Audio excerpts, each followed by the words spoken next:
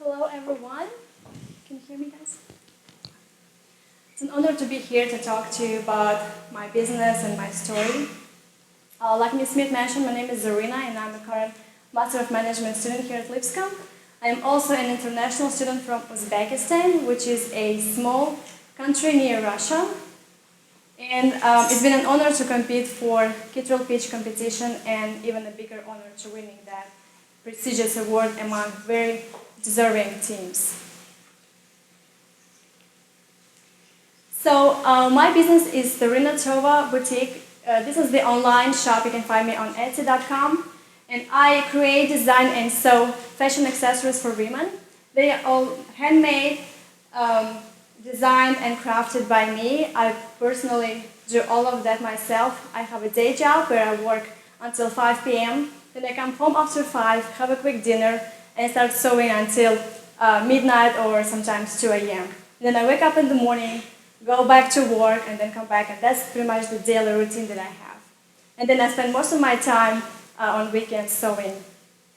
So I put a lot of attention to details, to quality of my products, and also to the colors.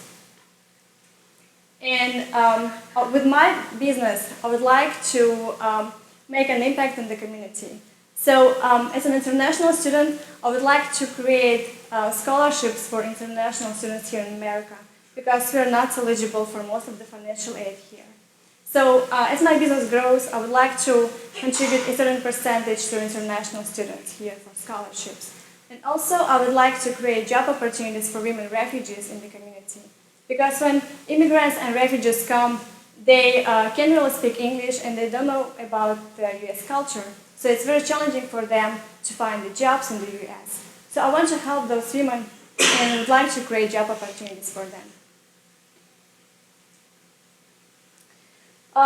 To help you understand better my story and why I'm passionate about my business, I'd like to share a little bit about my journey here. So it's always been my passion and my dream to come to America since middle school years. And I've tried a lot of exchange programs and I failed every time, but that didn't stop me. I decided to try to find a different way to come to America.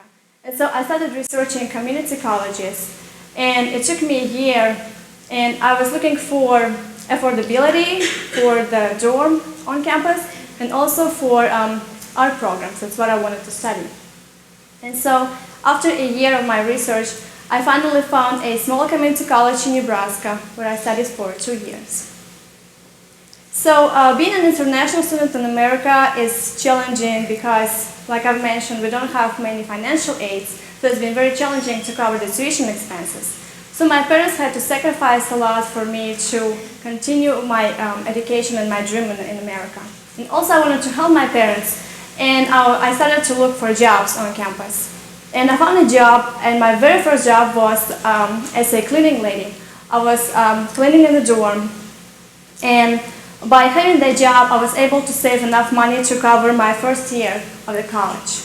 And then I was working during summer breaks, and I was able to save enough money to cover my second year in the college. And that didn't prevent me from graduating with honors. Once I graduated with my associate's degree, I wanted to continue my education in a 4-year school to have a full bachelor's degree.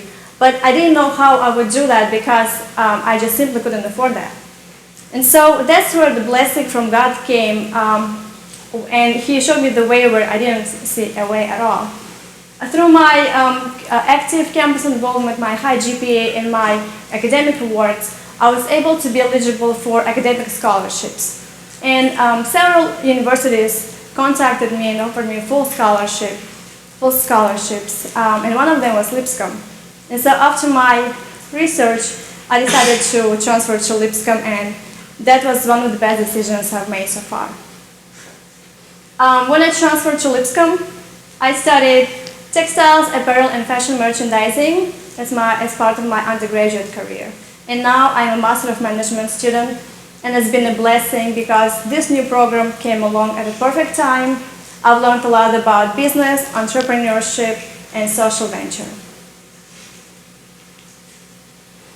So partially with my story, I would like to encourage you guys to Always believe in yourselves and never give up, especially if you have passions or goals or dreams.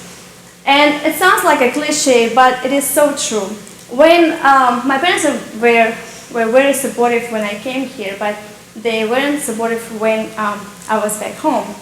They thought that for a person from a developing country, it would be really hard to, or even impossible to make it in America, in a different country where you don't know anyone, you don't have anyone, and you don't pretty much have any money. But I didn't use that discouragement. I still trusted God and believed in myself. So if I'm happy that I didn't listen to my parents, but I'm not saying do not listen to your parents, because they are the ones who love you and care about you. But if you have a passion and you know that you can do it, then use that discouragement as a fuel to motivate you to prove them wrong. And trust me, there is nothing sweeter as to prove your doubters wrong. Always believe in yourselves. Also, do not mock anyone, do not laugh at anyone, no matter what, because you never know what they are going through. When I was working as a cleaning lady, I have a good friend of mine, a nice girl, but she was teasing me and she was mocking me because I was a cleaning lady. And I didn't take it personally because I knew that I cannot afford quitting the job because I needed to continue my education.